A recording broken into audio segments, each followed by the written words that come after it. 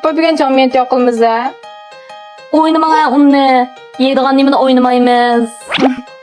Şu bir jamiyat yoqilmadi, pa xo'sh bo'libman. Menla jamiyat yok eteyle.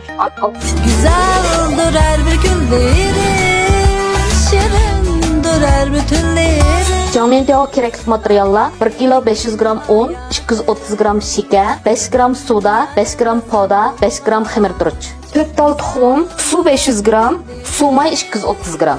Qiyamaga ketarlik materiallar şeker 1 kilo 350 gram, su 350 gram. Aldı bilan unni solamiz. Andan xamir turuç. Soda podani silib olamiz. Shekarni silib olamiz. Qo'limizda bir aralashtirib deb tuxumni to'kib olamiz. Suv mayni to'kib olamiz. Suyini quyib olamiz. Hamma materiallarni silib, yug'ursak ham bo'ladi buni. Apa bir yeyib ketdingiz, ikkilanma birdan yug'uray. Ma'qul bolam, ma'qul. Shunda pez yug'urib etdingiz bu xamirimizni. Boshim mog'i yo'gab, yana 1 soat, 1,5 soat bo'ldirsak, jamiyatlarimizning xamirini ko'pab yaxshi tayyorlabdi. Buni yaxshi to'chas qilib yeyib olamiz, a? Qanday kesma apa? Buni uzun qisqa bir kesib olib, kengligini barmoqdek qilib, kichik kesib olamiz. Endi mana uzun qisqa barmoqdek kesib ola. Endi 180 da 180 qizg'an may qozoniga selib olamiz, a? Asta solamiz may qozonga.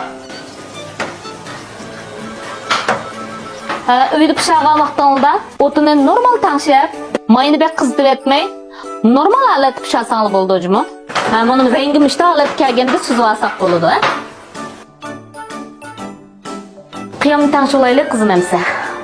Shekarni quyib, suyini quyib, endi o'tini yiqib, qaynatib olamiz. Asta qo'chib, qozonning tegi tutib olamiz. Mana shu qiyamning holatda, mishta holatga kelganda bitdi buning qiyami. Tayyorlagan qiyamimizni jamiyatning ustiga quyib olamiz. Biz qiyam bilan xamirimizni ayting yaxshi aralashgan vaqtida yeyishlik jamiyat yo'q bo'ladi. Mana bu holatga kelganda, mishdan chaplashib olmaydigan bo'ladi. Mana biz tayyor bo'ldi. Mana qizlar jamiyat yo'g'larimiz shunchalik o'xshabdi. Sizlar qisanda Chechiye günümüz.